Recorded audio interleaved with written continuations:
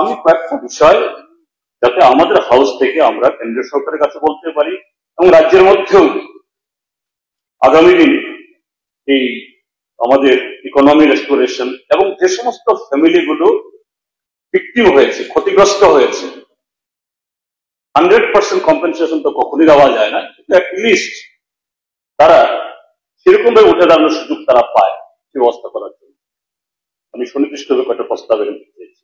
এটা হলো এ যাবৎ ত্রিপুরার যে ঘটে যাওয়া ভয়াবহতম প্রাকৃতিক বিপর্যয়কে গুরুত্ব দিয়ে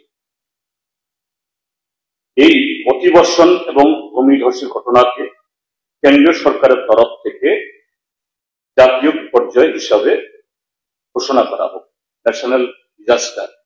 আমি দেখেছি রাজ্য সরকার তারা ঘোষণা করেছেন হোল স্টেটকে ন্যাচারাল ক্যালামিটি এফেক্টেড এরিয়া হিসাবে। আমার মনে হয় এতে আমাদের সেন্ট্রাল অ্যাটেনশন ড্র করার ক্ষেত্রে বা সুবিধা পাওয়ার ক্ষেত্রে খুব বেশি হবে না। আমরা এই ডিমান্ড আমরা রাখতে পারি যে এটাকে ন্যাশনাল ডিজাস্টার, জাতীয় বিপর্যয় হিসেবে ঘোষণা করা হোক। এই বিপর্যয়ে যে সকল ব্যক্তি মারা গেছেন তাদের নেক্সট কিনকে অর্থাৎ তাদের পরিবারগুলোকে 4 লাখ টাকা অন্যান্য যে কোনো ইয়েতেই দেওয়া হয় এসডিআরএফ এর রেটে, ঠিক আছে, 4 লাখ বা 5 লাখ আমি দাবি করছি যে আমাদের পক্ষ থেকে এটা 50 লক্ষ টাকা করে প্রত্যেক মাথা পিছু দেওয়ার ব্যবস্থা গ্রহণ করা হোক। 3, প্রত্যেকটি মহকুমা ব্লক ভিত্তিক বিভিন্ন দপ্তরের আধিকারিকদের সমন্বয়ে এই যে ইন্ডিভিজুয়াল, এমনিতে দক্ষিণ জেলার একটা রিভিউ মিটিং এ থাকার সুযোগ হয়েছে।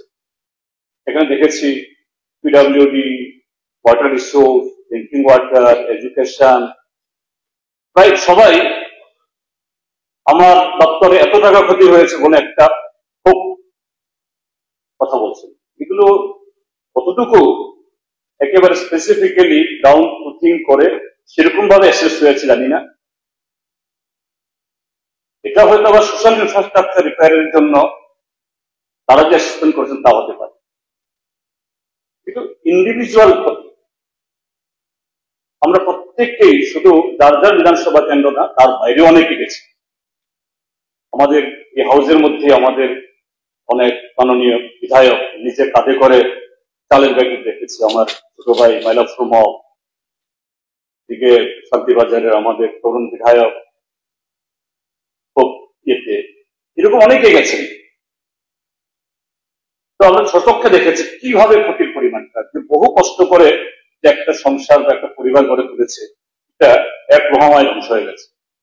কাজেই প্রত্যেকই যাতে সেরকম ভাবে তার ক্ষতি অনুসারে একটা পর্যাপ্ত পায়, তার জন্য যে প্রত্যেক মহকুমাতেই বা ব্লক ভিত্তিক হতে পারে কয়েকটা দপ্তর, বিশেষ করে কৃষি উদ্যান, রাজস্ব, গ্রাম উন্নয়ন পঞ্চায়েত এবং বন ইত্যাদি, তারা বাড়ি বাড়ি গিয়ে যে ফ্যামিলিগুলো কি ধরনের এফেক্টেড হয়েছে, ক্ষতি হয়েছে, এটা নিরূপণে একটা যেন টাস্ক ফোর্স হয়।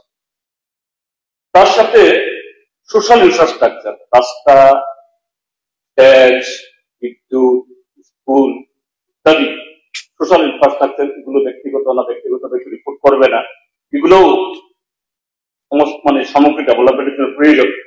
তার জন্য এরকম একটা টাস্ক ফোর্স হোক সেসব দপ্তরে, একদম এখানে স্পেসিফিক ফিল্ডে গিয়ে সেই সার্ভে হোক, ক্ষতির পরিমাণ নির্ণয় করা হোক, এরপরে ক্ষতিপূরণ কিভাবে দেওয়া যাবে এটা পরের কথা, কিন্তু একবার ক্ষতি কি ধরনের সাহায্য প্রয়োজন এটাও দরকার। 4, যে সকল পরিবারের ঘর বাড়ি সম্পূর্ণ বা আংশিকভাবে ক্ষতিগ্রস্ত হয়েছে তাদের সকলকে প্রধানমন্ত্রী আবাস যোজনা প্রকল্পে হয়তোবা গেল বছর বা তার আগের বছরেই তারা ঘর পেয়েছেন বা ঘর নির্মাণ করছেন, কিন্তু অসম্পূর্ণ এবং এটাই আবার ভেঙে গেছে। তার সাথে তার আরো অন্যান্য ঘর ইত্যাদি এগুলো সব মাটিতে শুয়ে গেছে। কাজে শুধু তার সেই ঘরটা যেটা নির্মাণ করছে এটা সম্পূর্ণ করা না বা নতুন ঘর তৈরি করা না, শুধু একটা এই পিএমআই ঘর দিয়ে একটা পরিবার থাকতে পারে না, তার যে সাইজ তার আরো এরকম লাগে। তো সবটা করতে গেলে পরে আমার প্রস্তাব হলো এই সমস্ত ক্ষতিগ্রস্তদের প্রত্যেকে নতুন একটা ঘর, তার সাথে কেউ কেউ হয়তো বা নতুন ঘর তৈরি করবে না, তার পুরনো ঘরটা একটু মেরামত করলে হবে, তাকে একটা ঘরের যে এখন ইউনিট কস্ট 1,30,000 না 50,000 টাকা জানি, সেই হিসাবে একটা আনটাইড অ্যামাউন্ট, বাদনহীন।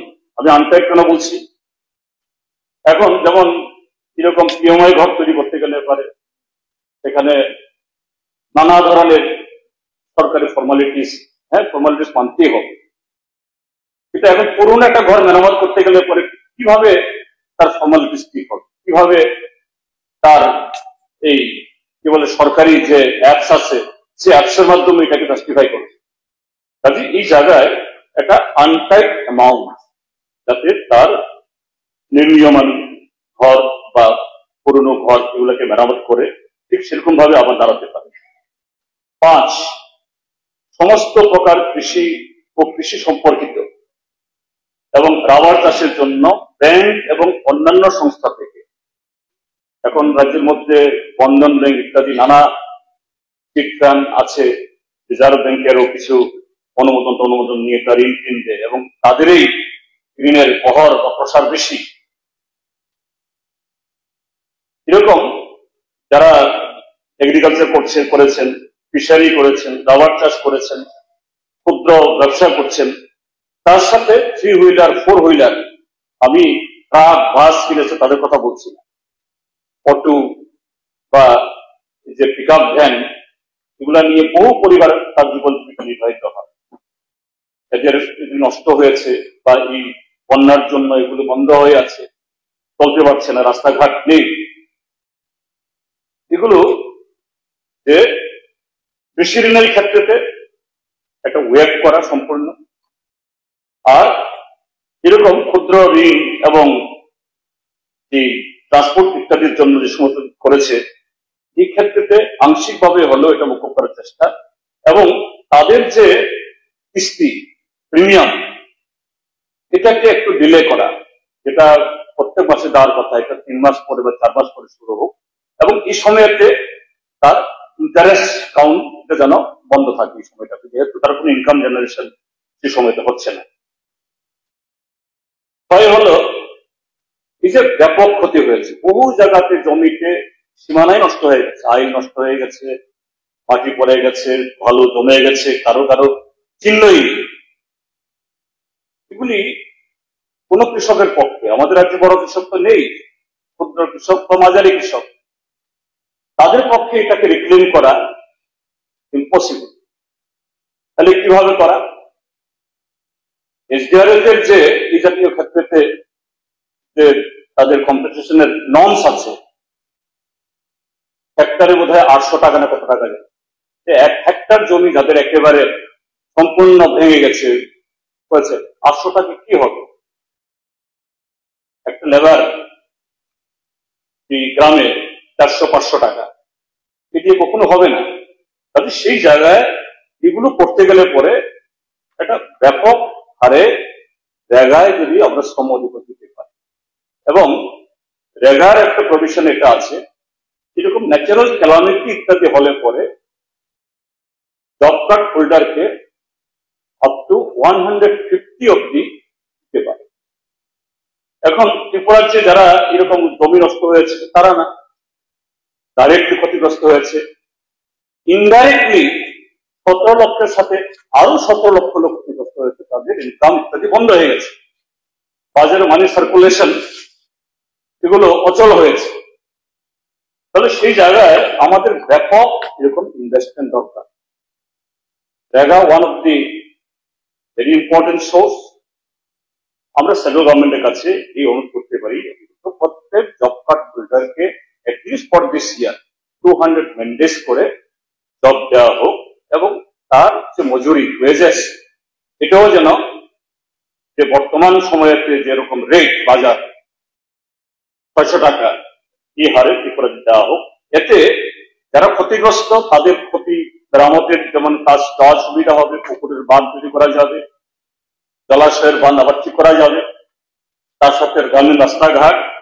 অন্যদিক থেকে ক্ষতিগ্রস্ত হয়নি সরাসরি, কিন্তু তাদের হাতে টাকা গেলে পরে সে অর্থনীতি বাজারকে চাঙ্গা করে অর্থনীতিকে দাঁড় করাবে। 7, বন্যায় সরাসরি ক্ষতিগ্রস্ত যারা বিভিন্ন আশ্রয়স্থলে থাকতে বাধ্য হচ্ছেন এখনো, সেই সকল পরিবার সমূহকে, এবং অনেকেই আশ্রয়স্থলে যাননি, তার বাড়ি একটু দূরে, জমি একটু কাছে। গ্রামের মানুষ সাধারণত নিজের বাড়ি ঘরের কাছে থাকতে চান, যাননি সেখানে, আত্মীয়ের বাড়ি থেকে কোনো জায়গা থেকে কোনো রকম আশ্রয় নিয়েছেন। আমি গত পরশুদিন আমি উদয়পুরে গিয়েছিলাম এই কাকরাবন বিধানসভা কেন্দ্রে। এখানে কাকরাবনের আগে থেকেই শুরু করে অসংখ্য পরিবার, রাস্তার উপর, রাস্তাটা একটু উঁচু, এখানে তাঁবু খাটিয়ে তারা থাকছে। বাড়ি দেখাচ্ছে, আমাদের বাড়ি দেখুন, আগামী সমাজে যেতে পারবো, এরকম বহু পরিবার আছে। কাজে তাদের পক্ষে আবার রোজগার ইত্যাদি করে সাবলীল হওয়া কঠিন। অন্তত আগামী 6 মাস বিনামূল্যে তাদের রেশন প্রদান করা, আর প্রায়োরিটি গ্রুপ, আমার মনে হয় প্রায়োরিটি গ্রুপ যারা 5 কিলো চাল পায়, এটা যেন কন্টিনিউ থাকে আরো তাদের জন্য। না, এটা যেমন, আচ্ছা ঠিক আছে। তারপর 8, বন্যা পরবর্তী পরিস্থিতিতে জলবাহিত রোগ ও অন্যান্য পরিবেশজনিত সমস্যার মোকাবেলায় ছাত্রছাত্রী ও বিভিন্ন স্বেচ্ছাসেবী প্রতিষ্ঠানকে যুক্ত করে স্বাস্থ্য ও পরিবেশ সংক্রান্ত ব্যাপক কর্মসূচি গ্রহণ করে। কারণ এখন পোস্ট ফ্লাড সিচুয়েশনে ভেক্টর বোর্ন জলবাহিত রোগ এটা প্রাদুর্ভাব হবেই। যতই আমরা আত্মতুষ্টি হই যে না কি ব্যবস্থা গ্রহণ করছি সেটা করছি, এটা যথেষ্ট না। এটা সবাইকে ইনভলভ করে আরো ব্যাপক এই কর্মসূচি গ্রহণ করা। 9, বন্যা ও ভূমিধসে এই বিশাল ধ্বংসলীলা থেকে রাজ্যের মানুষের জীবন জীবিকাকে পুনরায় সাবলীল করে তোলা এবং রাজ্যের অর্থনীতিকে দাঁড় করানোর জন্য কেন্দ্রীয় সরকারকে প্রাথমিকভাবে গত 24 তারিখে মাননীয় মুখ্যমন্ত্রী বলেছেন 17 লাখ পপুলেশন এফেক্টেড হয়েছে, এবং প্রাথমিক তার অ্যাসেসমেন্টে 15,000 crore ক্ষতি হয়েছে। এটা ইন্ডিভিজুয়াল এবং সোশ্যাল ইনফ্রাস্ট্রাকচার সহ, এবং এটা আরো বেশি হবে।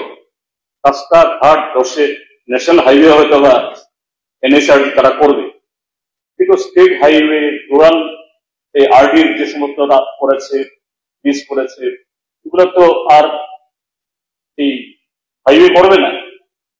এগুলি সবটাই, এবং আমি যে সমস্ত সাহায্যের কথা বললাম, এগুলো করতে গেলে পরে রাজ্যের হাতে আরো অনেক টাকা দরকার। কেন্দ্রীয় সরকারের কাছে এই দাবি উত্থাপন করা, অন্তত প্রাথমিকভাবে 15,000 crore ত্রিপুরা রাজ্য সরকার হাতে দেওয়া হোক, যাতে টোটাল এই কাজগুলো করতে পারে।